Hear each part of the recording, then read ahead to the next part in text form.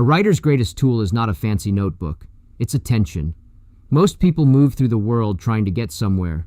Writers have to learn how to notice where they already are. The ordinary moments we ignore are often carrying the stories we are searching for.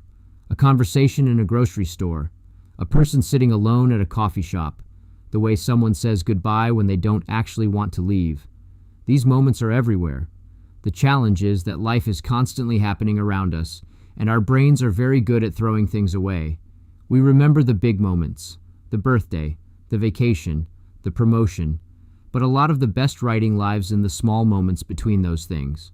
A woman standing in line at the pharmacy, who keeps checking her phone but never opens a message. A man at a restaurant who laughs loudly with his friends but goes completely quiet when everyone leaves. A neighbor who spends 20 minutes carefully sweeping a sidewalk that is already clean. Those aren't just observations, they're questions. Why is she waiting for that message? Why does he need to be the funniest person in the room? Why does that sidewalk matter so much to him? Writers don't just collect what happens, they collect possibilities. One of the best habits a writer can develop is keeping a record of things that make them pause.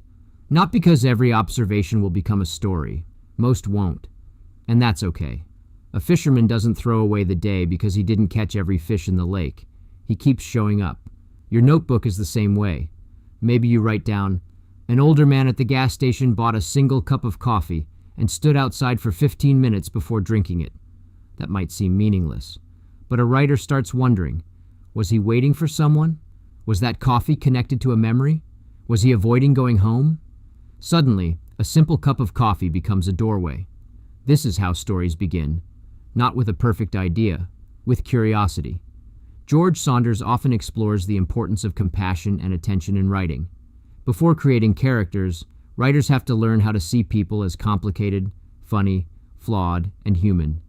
The person who annoys you at the checkout line might be carrying a story you don't understand. The person who talks too much might be lonely. The person who says very little might have the loudest thoughts. Observation is an act of generosity.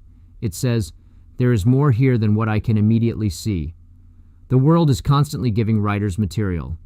A child's strange explanation for why the moon follows the car. A couple arguing quietly in a parking lot. A cashier who remembers someone's favorite snack. A person waving at someone across the street who doesn't wave back. Every day is filled with unfinished stories. Your job as a writer is to notice them, carry a notebook, use your phone.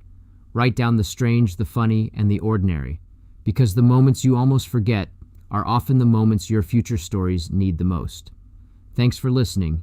Catch The Quiet Quotient on YouTube and all major podcast platforms, including the Substack app. To help us grow and keep supporting creators, please like, follow, and subscribe. Want to get in touch? Connect with me directly at jimhansonmedia.com.